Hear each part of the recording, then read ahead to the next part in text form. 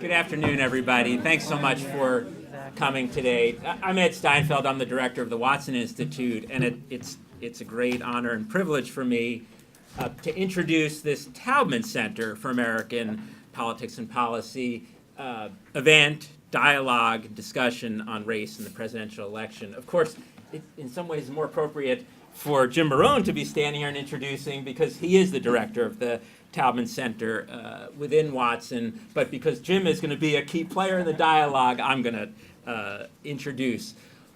Let me just say just a couple of things by way of introduction. The first is, look, I don't need to underscore the importance of this topic in American politics and in politics globally, but at the same time, there's been so much heat and so much hyperbole surrounding these issues, so much heat and so little light, I think, in the public discourse. And therefore, it means so much to me personally that we have these kinds of discussions, not just among those scholars who are leading it, but among you all, where there really is thoughtful discussion and lots of real experience brought to that discussion. So thank you all for participating in that. I think fundamentally that's the Watson mission to try to encourage this kind of scholarly dialogue, public dialogue. It's the Taubman mission, it's CSREA mission, and that gets to a second point. Nobody owns these issues in any way. These are issues for a society, issues globally, and to the extent within Brown, across our community, we engage one another, share knowledge across different institutes, different portions of the community and population. Again, I think mission accomplished. So the fact that CSREA, Taubman, Watson, that we're all in it in some way, searching for light and all that heat, again, makes me feel happy in a time that's not always such a great time. And again, I'm grateful to you all for doing that. And then last, but by no means least, just a little bit of a plug for at least some of the things going on at Watson, some of which extend outward. But we have a range of programming surrounding the election. We have, just go to our website or hashtag Watson Election 2016. You'll see a lot of stuff, a number of series. I won't go through them all. But we have every other Tuesday, we have a series primarily for students, but people are welcome to attend. We had one this past Tuesday, the next one on September 27th. We have a set of discussions, first one on September 23rd, led by David Korn he's the Washington Bureau Chief of Mother Jones. And we have a series of panels on race, partisanship, and policy that will be here we have one on the 22nd and one on October 6th, so lots of things going on. Let me just very quickly introduce our discussants today. So you know both individuals, but let me just say Tricia Rose is the Chancellor's Professor of Africana Studies and Associate Dean of Faculty for Special Initiatives here at Brown, Professor of Africana Studies, and of course the Director of CSREA. Tricia specializes in 20th century African American culture and politics, social thought, popular culture, and gender issues. You're all familiar with her works, Black Noise, Longing to Tell, and many others. Thank you so much, Tricia, for coming here today in what's an incredibly busy time for you. And of course, Jim Morone, who's the John Hazen White Professor of Public Policy, Professor of Political Science and Urban Studies, and as I noted, the director of the Taubman Center for American Politics and Policy here at Watson. Jim, too, I'm sure you're familiar with his many books, The Democratic Wish, Hellfire Nation, many others, just phenomenal scholars. I am going to leave it to Jim and Tricia to begin the dialogue, and then we're going to open it up to you all. Thanks. Thank you, Ed. Right. Thanks, Ed. And thank you all for coming. It's just a pleasure. It's always a pleasure to be on a podium with Tricia. Here's how we're going to do it, where I'm going to give you some historical grounding. I don't. That is apparently not allowed. You were saying heat and light, right? Yeah, no light, no heat. So let me do a very quick historical grounding while the light remains. Yeah. And then I am going to interview briefly Tricia and ask her a few questions. All right, you guys are leaning on the light. That's what's happening. Or I've done maybe that too. something more complicated is happening, you know. I know, the polls are tightening, yeah. Ah. So, and then we want to turn it over to you, and just talk about your questions and engage in a broader dialogue. You all have opinions on this topic. But first, let's do some historical framing of this whole business. There's a sense, almost everybody has a sense that something's new about this campaign, that what's going on in terms of racial dialogue, in terms of talking about Muslims, in terms of how the crowds meet Donald Trump, something's new. But if you stop and think about what it's a little puzzling, that in terms of nativism, the things that were said a century ago make anything being said now pale in comparison. If you think about the Chinese Exclusion Act, for example, or the Know Nothing Party, very nasty dialogues. And after all, we had a party that first was organized to support slavery and then organized to permit Jim Crow and segregation. So racism isn't new. Nativism isn't new, but something is new, and I want to point to exactly what I think that is. So here's the historical pattern that I see as parties developed vis-a-vis these whole set of racial issues. And if you'll forgive me, and I promise to do this very lightly, let me go back to the very first contested election. I know you thought you were coming to hear about Donald Trump, and here I am talking about John Adams. Just for a second, though. So the very first contested election is the election of 1800. And that election features some very interesting stuff on this dimension. John Adams is running for re-election. He's took over after Washington. He's a Federalist. And one of the main achievements, if I can put it that way, in his presidency is the Alien Acts. You see, the Federalists were very worried about these foreigners coming into the country, and they wanted to make sure they didn't become naturalized Americans. The Alien Act says 14 years before you can become an American, the most stringent restrictions we've ever had on foreigners, because these foreigners were coming from France. And you know, they had this revolution in France, and they're afraid they'd bring these ideas to America. They come from Ireland, and the Irish aren't really quite up to American Republican standards. The Federalists look down on them. So they are all about keeping foreigners out of the country.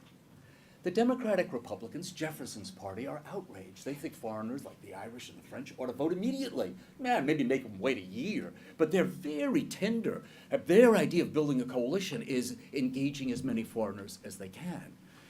Jefferson wins the election thanks to the 3/5 rule, making him the quote-unquote first Negro president. Adams would have won. But since the states that had slaves, that had a lot of slaves, got a lot more electoral college votes, Jefferson wins the election. You see, his party, while very friendly to immigrants, is very supportive of keeping African Americans in chains, even where black men are free, not women yet, where black men are free. They don't want them voting. Federalists permit free black men to vote in New Hampshire, in Massachusetts, in New York, and in a couple of other states, not the Democratic Republicans. Now note the pattern. One party reaching out to one liminal, one marginal group, the immigrants. The other party reaching out to the African Americans, the free African Americans. And when they suddenly realize they're never going to get elected, the Federalists, that is, if we permit slavery, they become the anti-slavery party. Indeed, the next 36 years see 32 men in the White House who own slaves. That slave vote, that 3/5 vote cast by white people who own slaves, that 3/5 vote puts the slave power into place. And here's the pattern. The two parties split on which groups on the margins of power they want to bring in, and that becomes the pattern through American history. It's not that there isn't lots of racism. It's not that there isn't a lot of nativism. It's that, as far as I can see, I'm writing a book on this, and 2 years from now I'll be a little bit more literate on it, but as far as I can see now, the two parties constantly split on who they wanted to bring in. That is, until now. What's happened now, I think is unprecedented. There's variations. I mean, the Democratic Party once split between the most segregationist and the least segregationist, the civil rights movement. But again, the kind of splitting. Now we have one party that is built on the white vote, the Republican Party. If you look from Ronald Reagan to Romney, what you'll find is the Republican vote is on average 88% white, and it doesn't vary very much.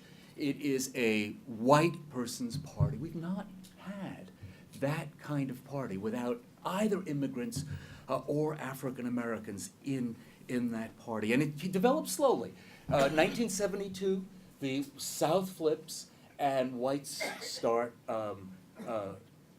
moving towards the Republican Party, and African Americans really exit the party. It becomes the white person's party, and then the immigrant vote really crystallizes in the 1990s. Immigrants were all over the place, depending on country of origin and political attitudes. People who came from Vietnam tended to be Republican. People from Korea likewise. On the other hand, if you're from India, if you're from China, you tend to be a Democrat. That's how the demographics tend all over. By the 1990s, the Republicans come to power in Congress and take a very strong anti-immigration line. Pete Wilson runs for the president from the governorship of California, very strong anti-immigrant. And quite suddenly, by the mid-1990s, you have a party that's been the white person's party, that's driven by their policies, by their rhetoric, everybody else out of their party. So here we have a party, the Republican Party, that we can characterize, and I think in unprecedented terms, as the white person's party. And the Democrats, people who code themselves as non-white over this time, drift to the Democratic Party. The average Democratic vote in the same period, Reagan to Romney, is 39% of the white vote, exactly what Barack Obama got. The result, incidentally, was the worst electoral college run in American history. The Democrats could count on no state. It turned out in 1980, 84, 88, 39% of the white vote wasn't going to get you elected. But the American demographics changed, and slowly but surely, the party that became home to voters who didn't code themselves as white started to do better. And this happens in two steps, and very interesting steps. First, it's a party where African Americans and immigrants come and get nothing. Catherine Tate, our colleague, talks about the black vote as captive of the Democratic Party. They had nowhere else to go. The Democrats gave them nothing. Paul Freimer talks about a vote that no one wants. The Democrats need them, but they want to pretend that they're not in the party because it's only going to suppress their turnout. It's only going to suppress the vote they get from the white vote. And then demographic changes drive things, politics change, and what happens is the Democratic Party begins to embrace, in its own clumsy way, not voters who do not code themselves white. In 2012, the Democratic caucus, 2011, becomes the first caucus in American history in Congress, in the House, to be minority white male, 49% white male. Catherine Tate writes another book, and she says, confidence. Now the African American agenda looks a lot like the Democratic Party agenda. The two things come together. So what we've got now is a party where people who don't code themselves as white on census forms, moving powerfully to the Democratic Party across all sectors, across all groups, and people who see themselves as white in the Republican Party. Now, all this sort of went on under the table. Everybody knew about it. Political scientists wrote about it. We didn't talk about it. We weren't really polite. See, what we really said we were talking about was size of government. Republicans are against government, and Democrats would say, well, when they say they're against government or food stamps or all that stuff, they really say they don't like black people. But the Republicans said, what are you talking about? We're talking about liberty. It's crazy. And so there was this kind of dance. And then along comes Donald Trump, rips the cloth off, and calls out to everybody, I know who's in this party, so I'm going to call out and embrace you. He throws aside all the other Republican stuff. Small government, forget it. Privatizing Medicare, forget it. All that stuff, never mind. Being tough on Putin, forget it. But hey, if you're a little worried about non-white people, come to me. And so the Republicans are in this terrible agony. They have long prided, the Paul Ryans of the party are sort of proud of the arguments they've been making, and here comes someone along who sort of suggests what the Democrats have been saying might be just right. If you haven't listened, you have to listen to Trump talking about Judge Gonzalo Curiel. So everybody says, well, he blamed the judge on not being sympathetic because he was Mexican. But if you listen to the actual rally, it's not the way it went. He goes, there's this judge. His name is Gonzalo. And everybody's booing and hissing and yelling. And so it comes out of this deep animosity. So what we've politely ignored now has become acute right on the surface. If Quinnipiac does a poll, is Trump a bigot? 72% of non-whites say, oh yeah. 59% of the electorate says, oh yes, including Paul Ryan, who says textbook case of racism.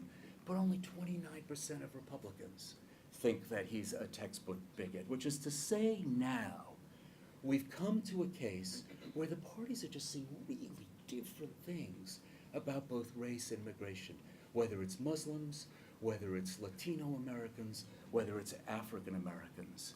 For Trump, as far as political scientists can see, the best predictor of support for Trump is agreeing with the statement, I'm worried what will happen if the United States, when the United States becomes majority-minority. Because the last piece of this is that millennials become majority-minority. People under 21 become majority-minority in 3 years, and the whole population in somewhere around the year 2043. And the voting population some years after that. So this huge sea change we have not begun to get our minds around. And one question Trump provokes is this a reaction to that? Because lots of things are going to change in American politics in the intermediate run. Now, Hillary has the problem. She wins if she rouses Obama's coalition. That is, if the people who vote for Obama come out in great numbers, she wins. But she's a bit maladroit as a spokesman, as a statesman of the kind of party I've just described. This party that looks very much like what Jesse Jackson once called a rainbow coalition. So in short, what's new under the sun, I think unprecedented in American history, is first a racial sort that developed over a generation. People who code themselves white in one party, people who code themselves non-white as in another party, and then suddenly it all coming to a point with a candidate who acknowledges that and sort of strips away everything that the party has been standing for, making a very pointed election. And now, if you read today's newspaper or this week's newspaper, that the election is very close, a sort of agonizing time for people who really care about race, inclusiveness, and American electoral politics. So with that as background, and before we turn to you, let me interview Trish. I'm going to ask her 3 questions. So the first question is, so I've just given you my lead. What's your lead on this race and this election? Okay, well, first, thank you very much for having me. I love coming to Watson. It's always a spirited discussion, and we always have a very good time. I don't know why, but it's great. We just get on well, even when we don't quite frame things exactly the same way. And I always learn from you. I guess the first thing, before I give the lead, I'll give my lead, and then I'm going to use my answer to that question to sort of identify a few things that you've said that I might want to put some parallel sort of argument alongside. Which is a nice way of saying disagree. Well, I'm not, actually, it's not totally disagree. It's really a different emphasis. So, and you'll see what I mean when I give the broader argument. I think we can't adequately understand the racial dimensions of this election if we don't really understand the evolution of white racism as an ideology, not as a personal belief system, but as an ideology that has a long history uninterrupted. So if we start with the other framing questions, which are important, we lose sight of the everyday practice. So Trump is, for me, a Rorschach test for an everyday populace and its understanding of race in America. It's not the other way around. It's not that he sort of becomes the figure. He really helps us see something really, when I say ourselves, I don't really mean literally ourselves, but ourselves in some ways as a nation. And I'm not surprised by him at all. I don't think he's shocking at all. I think he's a logical conclusion of the very same 40 years that you described. And if we look at this from an African-American historical perspective, what we get 40 to 50, 55 years ago is the most significant intervention in the attempt to dismantle state and federal government required white supremacy, right, in U.S. history. You have the civil rights movement as the biggest intervention in the ability for laws to require the fundamental sustained discrimination and marginalization of an entire population. It's at that moment that this racial transformation has to take place in sort of both liberal white consciousness and subsequently conservative white consciousness, which is what you're outlining. The lead for me is that when I say we here, I'm meaning let's just take a sort of typical brown liberal stance for the moment, not impugning anyone else's views, but just for the sake of argument, that we have been woefully silly and we drank the Kool-Aid about colorblindness. We thought, many of us, not me, but many of us thought that colorblindness was some liberal, productive, anti-racist practice that would get us somewhere productive, when in fact it was mostly the cover for this conservative movement, ultimately. And I know that's a little bit, sharp as an argument, but there's no possible way that colorblindness, as it has evolved, can address the profound structural conditions that are both happening in communities of color, but also to working class whites, and the use of resentment strategies, clear racial resentment strategies among many Republicans, and many Democrats, to retain access to a white working class voter base.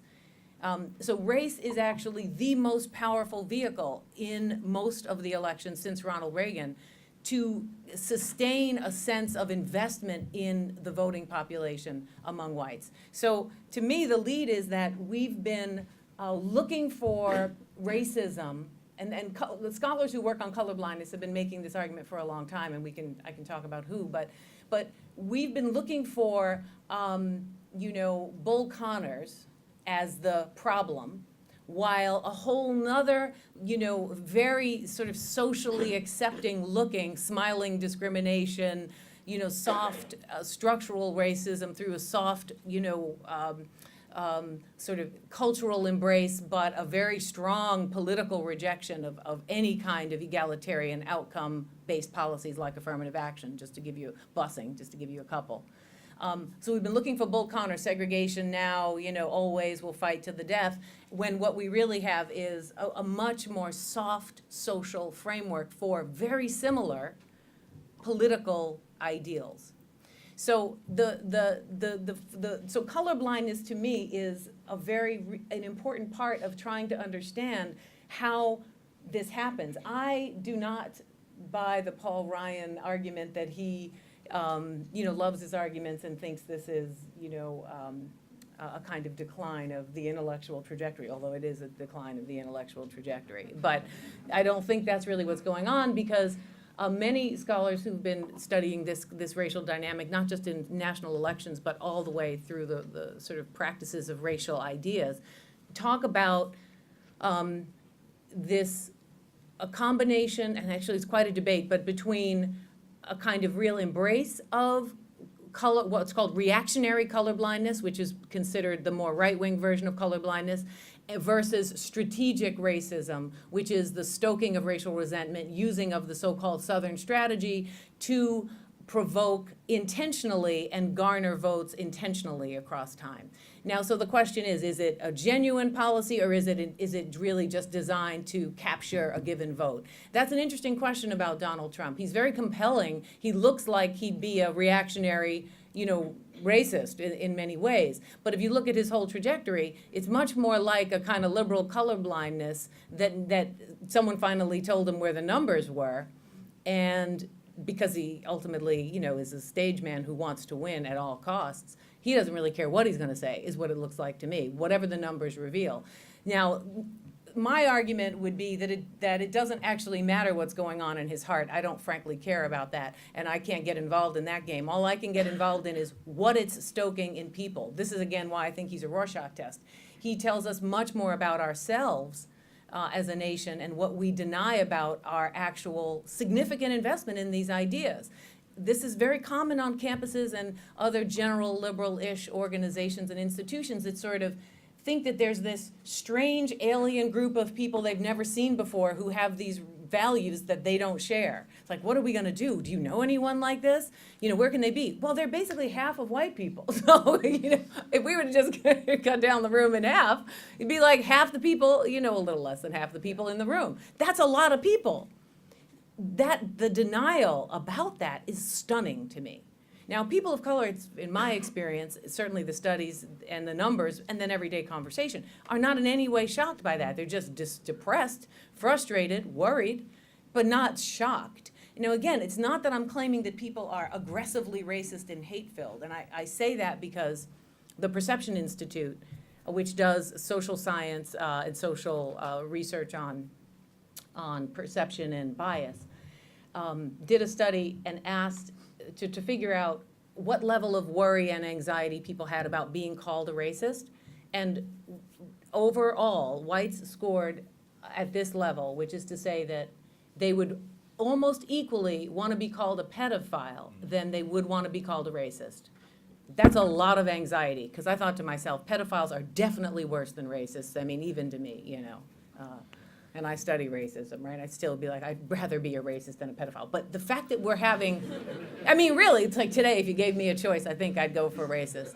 But that's kind of stunning. So the anxiety about that, I think, has really prevented us from doing, you know, a kind of full air examination of what's really been going on with the sort of operations of particularly colorblind racism, the move from a kind of radical colorblindness, which the civil rights movement deployed specifically to end Jim Crow segregation, into a reactionary kind of colorblindness that drove Ronald Reagan, well, started with Nixon, but drove Ronald Reagan and drove every other liberal and conservative political party gesture for the last 40 years.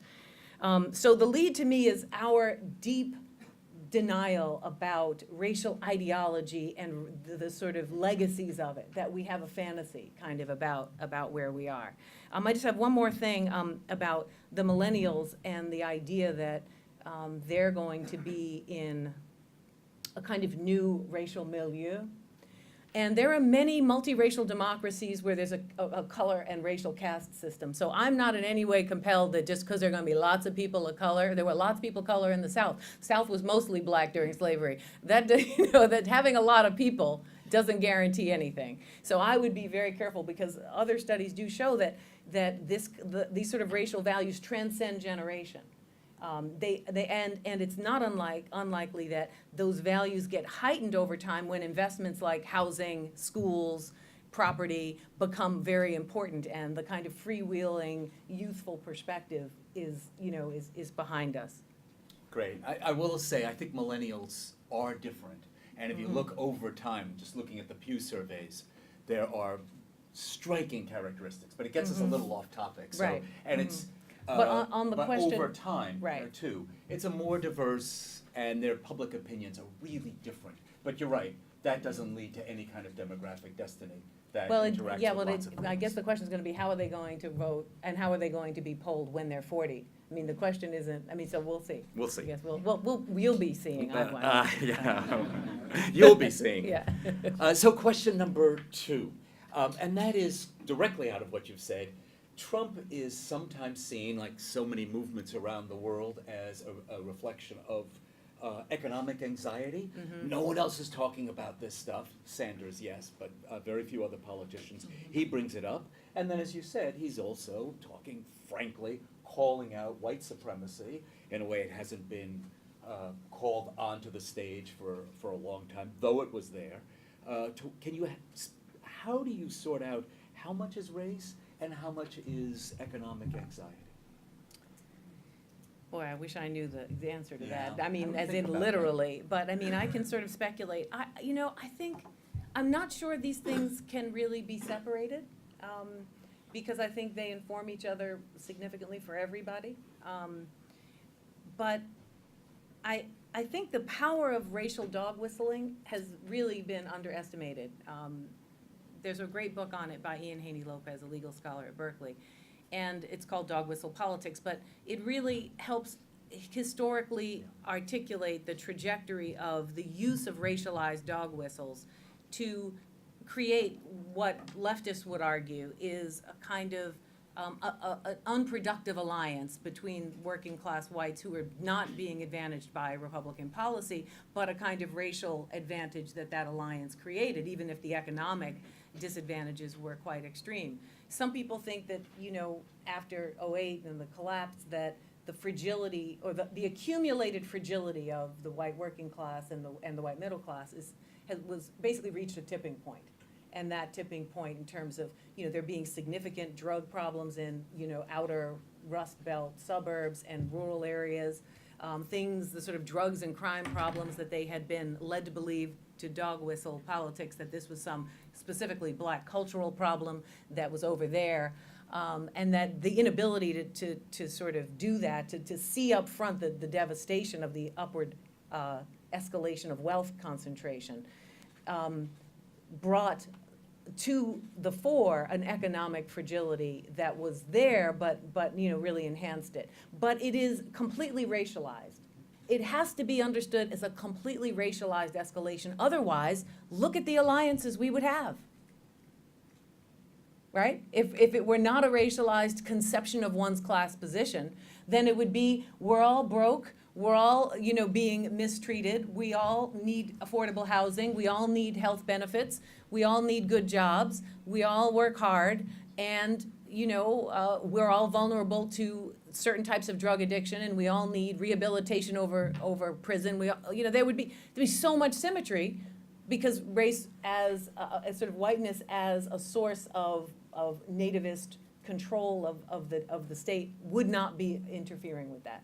So that's, Yeah. to me, why You know, they're really intertwined. What you say, before we get to the third question, my favorite seminar about politics is at the Lemster Garage, Lemster, New Hampshire. A bunch of guys, they sit around, they change the oil in my truck because I'm useless and I don't even know where the oil is. And they talk, and so I sit around and listen to them talk. And they go back and forth, in effect reflecting your answer. And half the time, they are incredibly racist. They're hurting, they don't know how making any money at all. And they blame, you know, those people. And they're very explicit about what people we're talking about. They're lazy, all our money goes to taxes, all the taxes goes to those people. It's really a little uncomfortable. And as the conversation progresses, they then get pissed off at elites. You know, the system is rigged.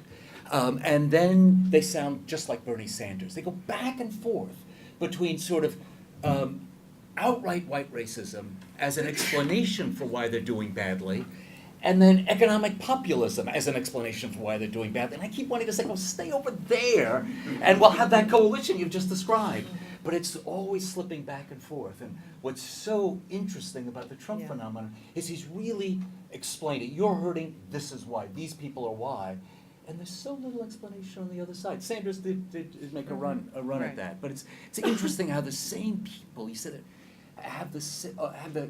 they're willing to accept either explanation, but it has to be articulated clearly. And whether that coalition can happen is an old one that the progressives have tried to put together for generations, for centuries, is one of the great questions of our politics. One last question, then we'll turn it to you guys for questions or whatever you'd like to think about. And that's, let's go to the Democrats for a second. Clinton beats Sanders, and by my reading at least, she beats Bernie because Bernie was not able to mobilize the black vote. White millennials, no problem. Black vote, particularly in the South, particularly for people above 35, went very strongly for Hillary, and that was key. I mean, she couldn't have defeated him, I don't believe, without that. So do you agree with that analysis, and if so, why? Why was Bernie had so much trouble, apparently, talking to older black voters? Well, I mean, you know, I think the dust on that hasn't settled. It's going to be interesting to see, you know, when more sort of in-depth ethnographic analysis and surveys might help. But it seems to me that, you know, Bernie thought that he could run a progressive campaign without talking about race. Black Lives Matter publicly embarrassed him, put him completely on blast, and he didn't have an answer. He wasn't ready to talk about race. That's insane. It's an insane thing. I mean, if a middle-of-the-road, you know, Clinton figure can outrace you, you've not been paying attention. I mean, he wasn't running against Malcolm X, he's running against Hillary Clinton. He should have been ready to talk. I mean, Black Lives Matter was already a deeply ongoing phenomenon. It was highly connected to questions of economics and policy and race. And it's a multiracial movement led primarily by African Americans and people of African descent. But, there's enough of a Venn diagram overlap that he should have been ready. So the fact that he was that unready, and once, to me, had he started out not just speaking only to a kind of white left that assumes the class-based analysis can happen without a race-based analysis, and that's still an insane argument that we're still fighting. But if he had not made that initial move, I don't think this gap would have been so profound for young African Americans and young Black voters. I think, probably, and this is absolute, that's not speculation, because that I've read a lot about, but this next comment is complete random speculation, so I'll own it. But, I think that Hillary's working for Obama. Yeah. I think the sort of extension of the Obama legacy for lots of African Americans over 35 is extremely important in their mind. They think that somehow she'll sort of continue that legacy. And the devastation of the Clinton White House hasn't really been at the forefront of the national political conversation until the young people started attacking Hillary for the sort of prison policies that were instrumental. And that, I think, the lack of sort of knowledge about that, I think really contributes to an illusion that Clinton was the other first Black president. I didn't know we had one before that. I'm really gonna have to look that up. So I think that, that's weird. I'm really definitely gonna have to get your notes on that one. We have 3 first Black presidents. It's pretty interesting, and none of them are actually Black. That's good. Well, Obama maybe. Yeah, he's Black. He can slip in. But that's been interesting. That's been interesting politically. I mean, how there was anxiety about, well, first of all, he's Muslim, according to Not America. 40% of white, voters, on the Trump side still think he's Muslim. So this is really, I mean, I was making a joke by having none of them be Black. But my point is that I think Hillary's relationship to Bill and to Obama, I think, make that generation gap the most significant. I think that's exactly right. And one thing you're saying is, and we're saying, I think, is that both parties are struggling with the question of race. Neither one of them has it right. Trump, saying to the Republicans, do you guys believe anything, or are you just fearful about race, calling out white nationalism. And once it's out, it's not easy to put back. And the Democrats, where's the party and how do they speak about the issues that are really burning the country, the racial issues that burn the country, as you just say. No pun intended on burning. Let's give you guys a chance to ask questions, to take the conversation in different ways. Still, obviously, as you can see, we could go on forever. And if you don't jump in with a question, we will. But Harry, let's start with you. First, thank you for the talk. I've got a question for Professor Rose. Do you see that the changing demographics in the US, they won't necessarily create a change in power, for the power structure? Do you see the US turning into sort of South Africa on the back of that? I don't think it's impossible. That's a double negative way of saying it's not impossible. I mean, again, I think we truly underestimate the power of sort of racist ideology to morph and transform itself. Right? Most people are highly unaware of how complicit they've been using liberal colorblindness in the face of the intense and significant structural racism. When we look back on this period, we're going to wonder really how that happened more seriously than we do. Now, does that mean I think it's absolutely automatic or that it's likely? No, I don't think that. But I think there's an illusion that because we have escaped a biological sense of hierarchy, that the depths of a kind of rage and a cultural hierarchy, right, of values, a dysfunctional versus highly all the ways cultural racism works, to be a powerful cover for resource allocation, because there's a lot of material benefit to this racial structure. That kind of thing doesn't just go away. If at the end of the civil rights movement, meaning the mid-70s, to now could produce this kind of transformation, why wouldn't we think that such a transformation could continue even with white numbers diminishing? I mean, I think it's a live possibility for sure. And let me just jump in and add to that. One of the things Tricia implied but didn't say explicitly was exactly how the 60s changed American society. That by 68 or 72, depending where you draw the line, you have a flight from the city and extraordinary resegregation by what suburb you go to. I mean, if you tell me what suburb someone lives in the Atlanta area, and I will tell you their race, and I'll be pretty close to right most of the time. So that we've had this massive resegregation. So when you say, could we sometime become South Africa, I would say, to use a term Trish was using, a very soft racism. We are not going to have cops beating people up like you can't run for office. We'll just separate ourselves. And some neighborhoods will be wealthy with wonderful services, and some won't. And we will blame the poor people who happen not to have lots of services for not succeeding Actually, in the not neighborhoods with will, great schools. all of what We you do. just described is reality Thank you. in the You present. stepped on my Yeah, punchline. sorry. Exactly.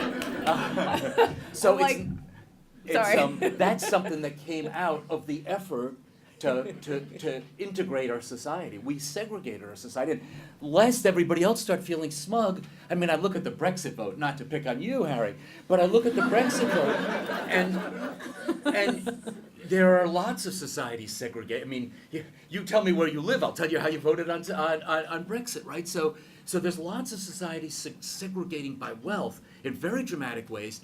It just happens that our segregation has this extra component to it that goes back 350 years.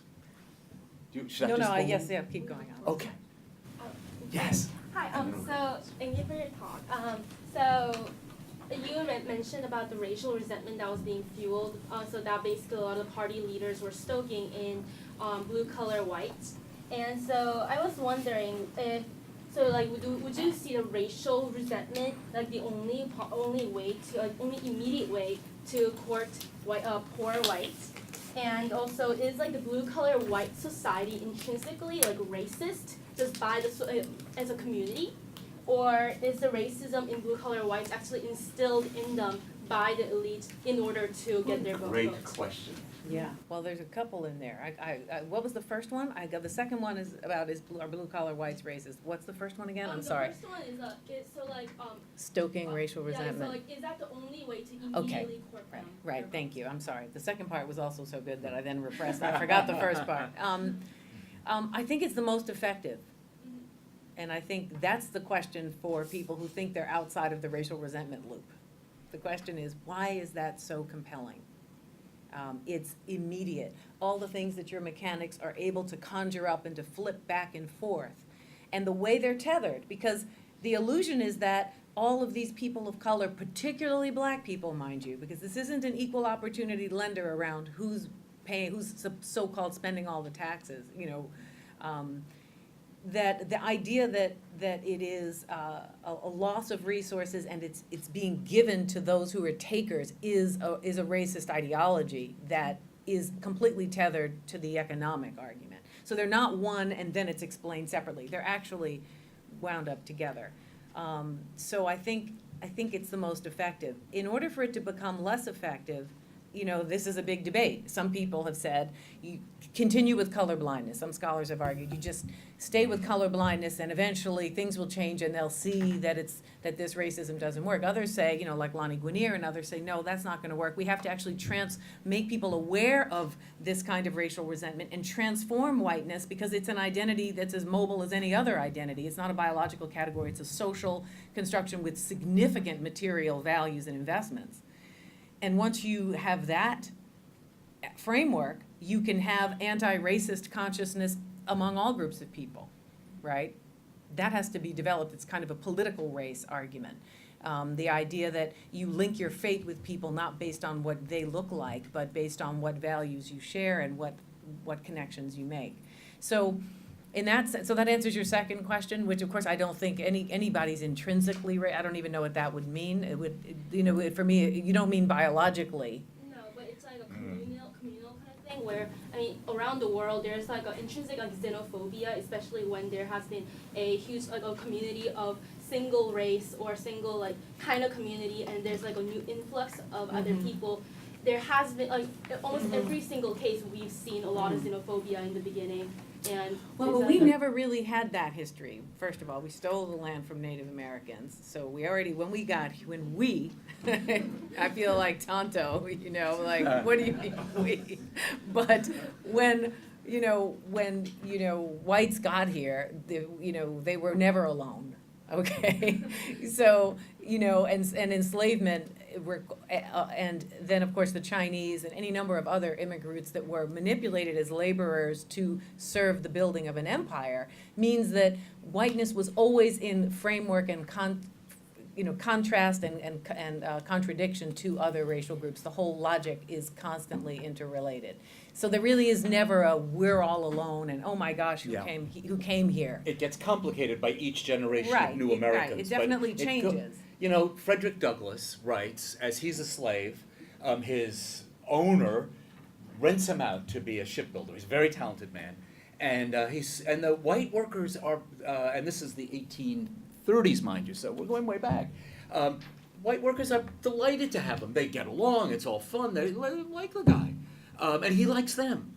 And then a couple of free whites, in his autobiography, then a couple of free blacks come and get hired on. And the white workers throw down their hammers and threaten the black people and then walk off the job. They will not work. They're happy to Right. work with a slave. Right. Why? Yeah, well, that's just such a great, sorry, I have an answer, but go Yeah, ahead, so finish. I'll give you my answer and then we'll hear the penetrating answer, but it's the status anxiety, right? So you build a democracy and you tell the poor whites, well, you're above the slaves. So you vote with the sort of owners, with the ruling class, because hey, you've got a stake in this order, even though it's not a money stake.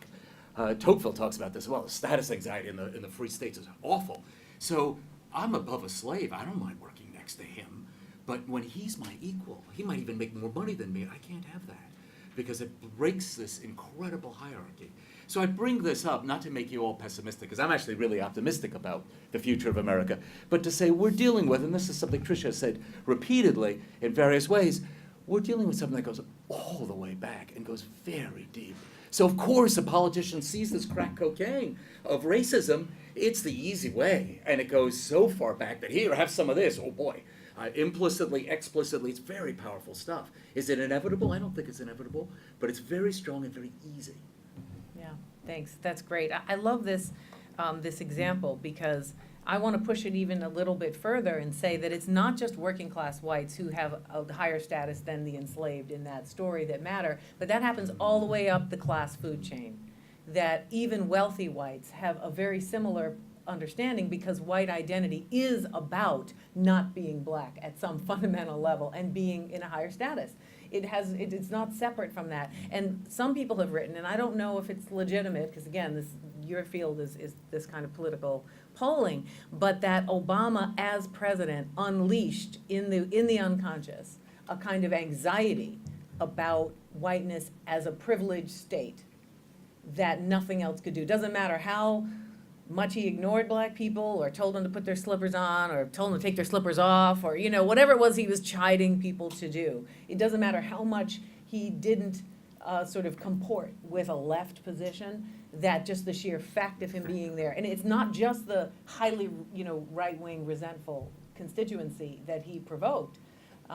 It's an overall provocation. I think I don't wanna beat up on All the the way working up. man here, because I Yes, yeah. don't think he or she is alone Yeah. in that. And, even a multimillionaire, billionaire is running with just this argument. Let's go to you, yeah. We'll get to the back in a moment. but- Yeah, living in a city that was 75% Mexican and being Nigerian and Mexican myself, when there was a Trump rally outside of my city, there were Trump supporters try to run over Mexican people, and so I've seen it all, but really I've noticed that with the xenophobia, racism, and sort of religious bigotry that's happening, not only here but in other places like France banning the burqa and Britain with the Brexit vote, as you mentioned, I'm just really trying to figure out, is what's happening in the United States decisively different from in those other countries? I mean, at least in my opinion, I just feel that Trump is just stopping the dog whistling and just doing things explicitly, which is a shock to most people who maybe believe the same ideas but just use this colorblind ideology to just hide it. Just saying it is what's wrong, but I don't know, I just wanted to hear your opinions. Yeah, I mean, here we are at the Watson Center, and it is striking that there's a number of phenomena that seem to be going on internationally. One is the loss of a sense of mastery over your own country. I think legislatures everywhere seem rocky, whether it's Parliament losing to the EU, whether it's our own legislature, now that it has a lot of people of color in it seeming to be in complete gridlock. And so even apart from all the racial business, people feel a loss of the old national sense of control, and for many people, a sense that they've been left behind. I mean, we've talked about this a number of different ways, but in the United States, the chance of moving up 1 quintile in the economic hierarchy now is much lower. It's a third of what it is in Canada or Denmark. It's 3 times as likely that you move up 1 quintile in those countries, twice as likely in Germany and so forth. So somehow all these countries have to explain what it is that's gone wrong in their lives. And in France, I think Marine Le Pen comes forward and says, here's what's gone wrong. In England, Boris Johnson, God help him, comes along and says, here's what's gone wrong. Let's leave Europe. And in the United States, and lots of other white national movements across Europe, and in the United States, there's this developed way of talking. We've got 350 years of talking this way, so it's worn smooth. You people are hurting, you people who have been a generation ago feeling pretty good, or 2 generations ago feeling pretty good about upward mobility for good reason. That mobility is gone. Who do we blame? And I think the Trump supporters at the rally running over people who look different is just a classic way of blaming for their own difficulties. So that's what seems to me common among all the different eruptions. You know, the one other thing I would add to that is, you know, a broader sort of economic framework, which is, you know, the international scope of neoliberalism. I mean, you know, the control of national economies, the economic control by, you know, global international corporations is really significant. And the gutting of public services and the redistribution of wealth out of the public sphere into various kinds of private coffers, I think has created a tremendous level of crisis of government and a real sense among people that they can't trust their government to represent them, race notwithstanding. I mean, in other words, it's simultaneous, Right. but I think the broader theme I would also answer your question with is, a rage and worry and terror about neoliberalism and its effects. Let's go to Michael. And we'll do this. From the back. Yeah. So your discussion prompts us to think about, it's not just only about the specific issue, but also the institutions that are supposed to be related to the elections. And I'm thinking most obviously about the way in which the journalist community is having to rethink their role in the sense of trying to be nonpartisan. We might also think about the university Yes. as a place, especially if you're a public university like my alma mater, University of North Carolina at Chapel Hill, as being a nonpartisan place. But in a certain sense, your discussion here, and I think the implications of it, pull the mask off of that as well. And that is, how would you recommend to the journalistic community, or how would you recommend to universities, how to talk about race in this election? Not as we are neutral, not as we are nonpartisan, because if anyone listened to you, I think they could tell where your partisan sympathies sit. But clearly, your commitment to truthfulness, clearly your commitment to social science and humanities is evident. But that doesn't sit easily with an ideology of nonpartisanship for institutions that are supposed to be beyond politics. So how would you reframe what it is that you're doing and what it is that journalists should be doing when they are caught by saying, you are having a liberal bias. You are having a anti-Trump irrational reaction. Well, I'll jump in on that. I just came back from the political science convention, and people who study American politics are agonizing about this. We're meant to be neutral between parties, certainly, and if one party is calling out racism, and one party really behaving in difficult ways, you can see this over 8 years. My dad was a rock Republican, and so I have some tenderness for that, but it's very, very difficult to continue to be neutral when you see this kind of behavior in the electorate. And people are all trying to figure it out, and my answer is to go and try to understand. I mean, what we've been talking about now, go deeper and try to understand what are the patterns here that are playing themselves out, what are the dynamics, and don't try what the media does, don't try to say, well, on the one hand, on the other hand, the false equivalence. Most people believe sugar will make you fat, but there's 3 studies, so we'll treat them each as, some people believe the earth is warming, but there's some other studies over here. This false equivalence is something that the media has been taught, just as we've been taught. But there are realities. And I think our job is to sort of explore, as we're trying to do here. History is a huge solvent for sort of, if I may use the term, bullshit. And A you very just- scholarly term. But I don't mean to minimize the problem that you're pointing to. I mean, we spent a lot of time talking about how do you analyze things as they are when things seem so ahistorical and out of kilter. I'm trying to put this delicately now, I didn't put it badly. But it's a real problem, and I think that the attitude of false equivalence, I've got one side, I've got to do the other side, has done a lot of damaging work. And of course, how sick is everybody hearing about this? The horse race phenomenon. I mean, all the news now is not about, what are these people saying? It's, oh my God, Trump's coming back. You can see this coming. Hillary's way ahead. Oh no, Trump's new polls, Trump. And 90% of the conversation right now is about that, except for the 8% that's about health and whether Hillary was really wrong to do what every president has done. She's finally acting presidential and hide her health concerns to show that she's a woman, but she's still tough. But all the things we're talking about, funny how they've slipped away, because the press is really uncomfortable with your question. So much better to talk about a horse race and, Hillary's health. Yeah. I want to hear Amanda, but I just want to say 2 very quick things. One is, if you study the history of Western academic institutions, they've never really been in that business in the first place fully. There's always been an ideological dimension to all research and scholarship. There'd be no study of Black people in any of these institutions were it not for literally the civil rights movement.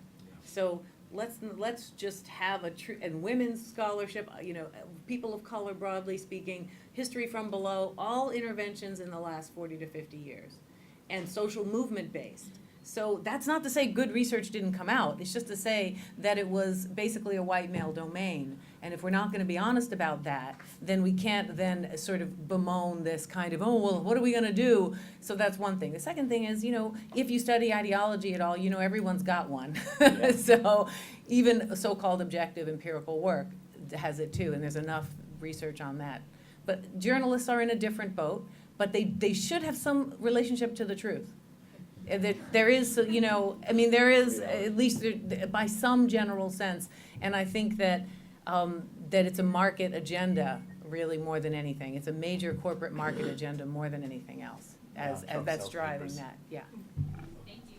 So, we tend to think of racial resentment as sort of a right-wing phenomenon, but I was really interested in the sort of Bernie Bro moment, where we were told that basically if Black people knew it was good for them, then we'd be Get on board. on with the revolution, right? And so I'm wondering what that moment and the idea that sort of Black people owed Bernie Sanders a vote, which I think might have damaged his chances more than anything he could have ever done, because it's frankly insulting, right? Mhm. So how did that moment, how was that a teachable moment about sort of race and the left, and the feeling that the left is the vanguard of racial progressivism, but still has some bones to pick within its own politics? Yeah, I think that's a great analysis, and I think it's again, it's why I made the case that this isn't just about Trump, and that it's really about a deep soul searching that needs to go on about the sort of lack of awareness of whiteness as an ideological construction. And when it goes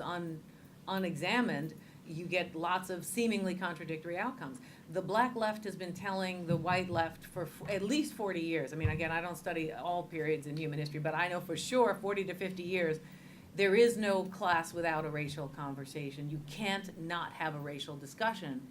So there's not a chance this is unfamiliar. So if there's a willfulness to this refusal, and it only works if whiteness is invisible, because it's to say class is raceless when it's me, right, as a white person. When it's you, you bring in race. Leave race alone. We don't need to talk about it. That's a white argument, I mean, just to keep it simple, right? That is amazing. I can't imagine how we could still be having it, but we seem to be having a lot of conversations over and over, gender conversations, et cetera. So, you know, to me, it is insulting, no question. But if Jim's right that both millennial politics are going to shift in some way, I'm assuming related to this racial issue, and if it's going to become more diverse, the consequences of that will become too high. So either we'll go in the way Harry, I think Harry, is that your name, was suggesting, potentially in a kind of an apartheid, you know, hierarchy, or there'll have to be a radical transformation of what whiteness means on the ground. Can I just jump into this? This is a good question. And that is, progressives have not been great on racial issues. They're so focused on good government. If you know, I've done a study of prohibition and who's for and against alcohol. And it's so interesting, this relevant to something Tricia said a moment ago, it's so interesting to look pre-civil rights movement and post-civil rights movement.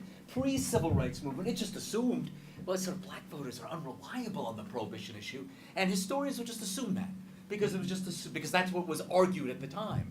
Post-civil rights people said, wait a minute, let's interrogate this a little bit. And it turns out the real problem was black voters were swing voters on the prohibition issue. They actually were making up their minds differently, and white populations didn't want that, which is just another way of saying that progressives forget. They want good things, but they forget the conversation is very different in academia, in politics, if there aren't African Americans in the conversation. So that's been part of the problem. Like, I'm suggesting things that are good for you, but our conversation changes when I'm making policy with you and not for you. And I think that Right. really trips progressives up all the time. We got the right policy. Come along, you're crazy not to vote for me. No, let me talk with you and let's try to make politics together. That's why we have a diversity plan here, right? Because things change when we're analyzing things with lots of different voices rather than just the same old voices. Thank you. Your turn. Oh, me? Oh, no. You All pick, right. pick whomever you, yeah, you're the, Let's you're go. the, you're the hand picker. All right, let's do this side of the room. So first you and then I. Yeah. So I was wondering, you said earlier something about, I don't remember how you said it, but now that Trump has sort of pulled off the blinders, we can't pretend, we can't use the dog whistle. Okay, let me interrupt for a second. We're gonna go to 1:15. So if you're trying to think, when do I make a dash for it? We'll go for 10 more minutes. You guys, there's lots of seats now. You'll make us feel more at home if you come fill them. And then we'll just stop at 1:15, so. So now that we can sort of no longer pretend that this isn't about racism, I was wondering, the response from the liberals and the Democratic Party. First, what do you think will happen? How do you think they will respond? And then secondly, if you could have them do anything, how would you prefer for them to respond? Well, you know, Hillary has a credibility problem for reasons that I both understand and don't quite understand.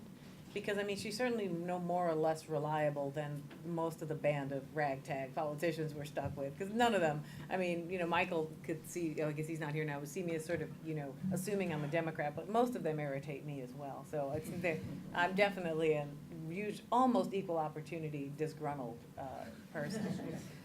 Maybe not quite equal opportunity, but pretty close. So Hillary is in a particular problem. In other words, the answer to your question about what she can do, or what should happen with the Democratic Party, is tailored around what she can and can't seem to be able to do and garner. So, you know, to me, what I would like is not what would be prudent, right? In the short run. I think in the long run, it's sort of like, you gotta pull the Band-Aid off, it's gonna hurt like heck, but we're not gonna heal this until we pull this massive Band-Aid off, and that is constantly stoking this anxiety of sort of abstract liberalism, that the illusion of an egalitarian society on the ground has to be constantly reaffirmed, which simply reproduces the gap between white privilege and actual egalitarianism, right? So at some point, that has to be like grappled with, and we all have to figure out how to take care of each other in that truth and move forward. Now, when that's gonna happen, I don't know. It'd be great. She's not the one to do that job. That's just not her strong suit. She got caught up in All Lives Matter and then had to go back to figure out how to say All Lives Matter and Black Lives Matter and Green Lives Matter. I mean, she kind of got like, mixed up in that. And she doesn't have the, she just doesn't have the right position for that. So yeah, I don't think she can do it. But I think this is an interesting time because, the question is what to do with the swing voters. The Trump diehards are Trump diehards. They're not gonna change. So if the Democrats are responding to anyone, it's what are swing voters swinging about? I don't understand it. I have liberal friends who are like, I hate them both. I'm like, yeah, but they're vastly different kinds of hate objects. So what are you doing with, I don't understand how you could be like on the fence. So that's, to me, a fact. Like if I were, in political science, I would really study that. What is that gap about in this moment when there's so clearly not really too much overlap? There's a silliness about our talk about election. You're electing a coalition. You're electing a group of people who are going to be advisors, who are going to be lobbyable, as Bernie said. And somehow we always imagine it's going to be just the right person who's going to change everything. Nonsense. I mean, the Secretary of Labor is as important as anything else. There's a new dialogue, there's a new set of constituencies. You're voting for a very elaborate package. And one thing that drives me crazy about elections, and the media, Michael's gone, the media is really complicit in this, but we all talk about this. We've been doing this to some extent. You're not voting for one person. You're voting for who that person brings to power. But aren't you really voting for the party in a Yes, broader sense yes. too? So- So then in that sense, it's a shifting group of people, but then it's also the same cast of characters on both sides? I Or a was, similar cast, or don't no? You really think it think is. each I- candidate brings its own constellation? yes, and let me say that if you had to pick one thing, you'd pick for the Democrats to take the Senate, even more than the presidency. Hillary winning with the Republican Senate is, almost symbolic. We don't have a Supreme Court, and we won't have a Supreme Court of 8 people unless there's a Senate majority. We won't even have a Secretary of Labor. They've learned that obstruction seems to work. So I would keep a very close eye on the Senate. I'd maybe almost trade it off. Wouldn't quite. Almost, right? Thank you. There's more to say, and I think, Yeah, but no, let's no, go to this- another yeah, question. sure. Yeah. So, you guys touched on a few things that, to me, basically amount to sort of the end of, increasingly, the end of sort of any relationship to truth, especially on the right. You mentioned 40% of Trump voters are convinced that Obama is a Muslim, something for which there is no substantial evidence, with which to support that. And it went up, one ought to say, Right. during his presidency. Right, yeah. Among Republicans, yeah. To me, sort of as a, observer of politics, this seems to be sort of the end game of this kind of, what's the matter with Kansas, brand of politics that you described, where basically for years, Republicans have been voting for bad policy, but basically in exchange for these sort of, racial assurances of some kind. And basically they're voting for, our people, even if then, the economic policies and things like that that come out of those votes don't add up. But so I want to talk about, what do you think sort of the implication of this election is, insofar as that relationship to truth, and especially Trump in particular, we've watched just lie. I mean, just brazenly lie, say one thing, and then 12 hours later say, I never said that, and then they play a video clip of him saying that. He goes, well, you're just blowing it out of proportion. It's like, no, you quite literally contradict yourself on a daily basis. But now, sort of with that follow, right, the Republicans have to, are in this position now where they have to support to some degree what the nominee is saying and doing, and that's putting them in a position to even exacerbate that problem of, just endorsing this set of views and policy packages that just have no real relationship to reality. So what do you think going forward the implications of that will be, whether or not, Trump manages to win the election? I think, this is a very good question. I think elections, we like to think elections are about policy. You know, we study policy, and we've got one, you know, and Hillary thinks the election is about policy. She keeps putting these policy proposals forward, but they're not about policy. I mean, you're not going to win Mississippi on the basis of policy. There's sort of a cultural brand, a kind of gut. And you're just watching the states fall out, they're falling out the way they always fall out, completely regardless of any policy proposals, and as you say, regardless of even what people say, what the content of their speech is. I'm a Republican, I'm a Democrat, I lean this way, I lean that way. It's a form of tribalism, almost more than it is a debate about policy. And that's really hard for those of us who study policy. We'd like to think it is about what a package of people put together. But it's not. It's about what tribe you belong to. And that would mean a very different kind of speech. I think George Bush, W. Bush, really figured that out, talking about dog whistles. He figured that early on. Who's your favorite philosopher? Jesus. You know, it's political philosopher, Jesus. It's about my loyalty. I don't need to tell you what, you know. And when so I think we just keep going further down that line. It doesn't matter what I say, it doesn't matter what my policies are, it's my brand loyalty. And then the other thing the other thing about this election, which is remarkable, every rule of running election, Donald Trump has just completely violated. Right. You know you need lots of ground troops. Hillary has 30 offices in Florida. Donald has 1. Donald is leading the polls now in Florida. Hillary raises hundreds of millions of dollars. Donald doesn't raise any. So what's he doing? He is a master of the media. Right. And the media is a 6-hour news cycle, and his job is to dominate the news cycle every 6 hours, and that's what he does. The media's job is to sell eyeballs, and he's got that. It doesn't matter what he says. That's not the media's job, but that's what the media thinks its job is. Insofar as the media is owned, this goes back to your neoliberalism, insofar as the media is owned by investors. Bill, you're turning us off.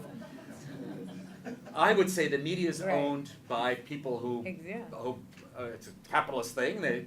They deliver eyeballs to advertisers, and Donald Trump is brilliant. So I think Right. what we'll have going forward is people who are media stars, and the whole apparatus of running campaigns and arguing. This is really hard for those of us who study this thing. We like to think it's an argument about ideas. And Donald Trump is saying all that stuff you guys always did. I'm not going to raise any money, and I might just win. Now, the ideal is that he loses by 10 points, the Democrats take the Senate, and we go back to the way it was. But I think I'm getting old and conservative. Yeah. Well, let me just say one quick thing, is that I think in addition to everything that's been said, and your own analysis, which I think was right on, is that, you know, there's a crisis of legitimation around most institutions. Yes. Liberal or conservative, and this idea that you can't trust where this information is coming from is partly about just a tremendous corporate takeover of what were a much smaller set of sometimes regional or local ideas that had a tree you could trace, right?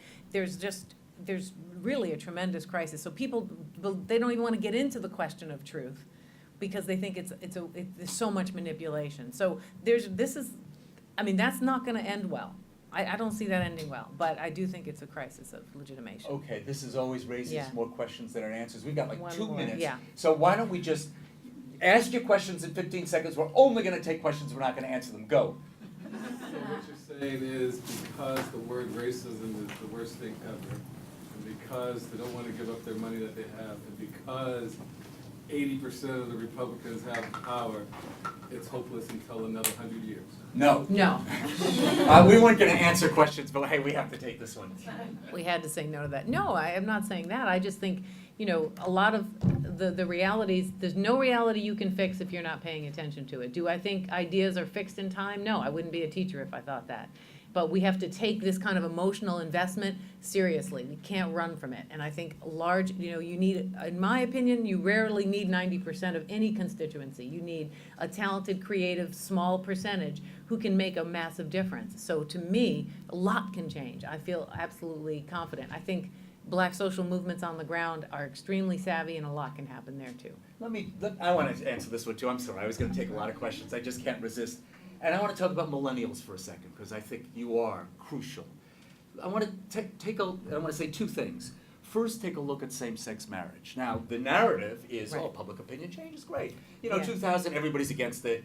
The Right. lines cross in 2011, 2012, just in time for the election, and now we're sort of for it because, I don't know, maybe people met people of the same sex or something. You know, that's not the way it happened. You look at the silent generation, people over 65, they didn't change. 2-1, still against same-sex marriage. You look at the boomers, we didn't change.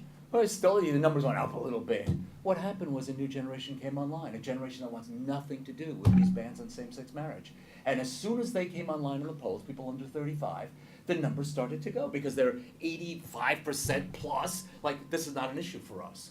So what has been portrayed as a change in American public opinion is in fact a new generation coming and saying, wait, we don't even think this is an issue. Not anybody changing their mind, which is just to say, which is to put it on you guys. It's not 100 years, it's what the millennial generation does. I had a student who was Dominican, wonderful student. And she came back from St. Louis and said, wow, that's a weird place. And I said, well, yeah, but why? What weirdness did you see there? And she said, I went to a Gap and I was buying jeans and I had too many, and a woman comes up to me to tell me I'm taking too many into the room and she pokes me. And she's got blonde hair and she goes, what are you? I said, excuse me? She goes, what are you? What? And the woman says, well, you're not white, but you're not black. And Esther looks at her and goes, I'm not even in that game. What happens to this generation of people, whose parents were born abroad, maybe they were born abroad, whether they decide to get into that game? Tricia talked earlier about race hierarchies. If the millennial generation decides, we don't like that binary anymore, that will change America in an extraordinary way in a generation. If this generation gives into the old binary, you know, maybe it will take 100 years. And so that's a question that, you know, our generations are cast in stone, man. We're not changing. We're old. Your Speak for generation- yourself. Oh, yeah, I'm sorry. I'm All right, changing we'll and change younger too. at the same time. We're at a university, it keeps us young. But I think I'm just really, teasing. you guys, I mean, it's your future. And we see this in a whole lot. When you pore over public opinion data, you see it's a pretty amazing generation. It's got a lot of different opinions than older generations. So I'm really optimistic about how the next generation is going to deal with race. But I'm optimistic about lots of things. So You let's get sure Trish are. I last don't know one. how you come up with that. You know, it's like I'm like, wow, that makes me optimistic. But I mean, I think one thing I would add is that, you know, the gay rights movement had a tremendous strategy around how to make same-sex marriage culturally acceptable before it was really meant to be a political matter. And so there was a very concerted effort to influence Hollywood and TV executives to build shows in the 90s and the early aughts so that you would have a kind of cultural comfort zone for young people to respond to the generational change in the way that Jim just articulated. So this is why coordinated, multifaceted social movements are crucial for change. It's not just we're not in that game. They didn't just wake up in the suburbs and not be in that game. They were actually raised in a culturally different kind of context that was strategically influenced in part by that kind of movement. That's all I would add. Activism matters, so we go back to the beauty of studying public policy and its importance. And I can't think activism, of a better which is not ending- policy. Better ending than that. Thank you, Jim, so much for Thank you, inviting Trish. me. I Always appreciate it. great. Yeah.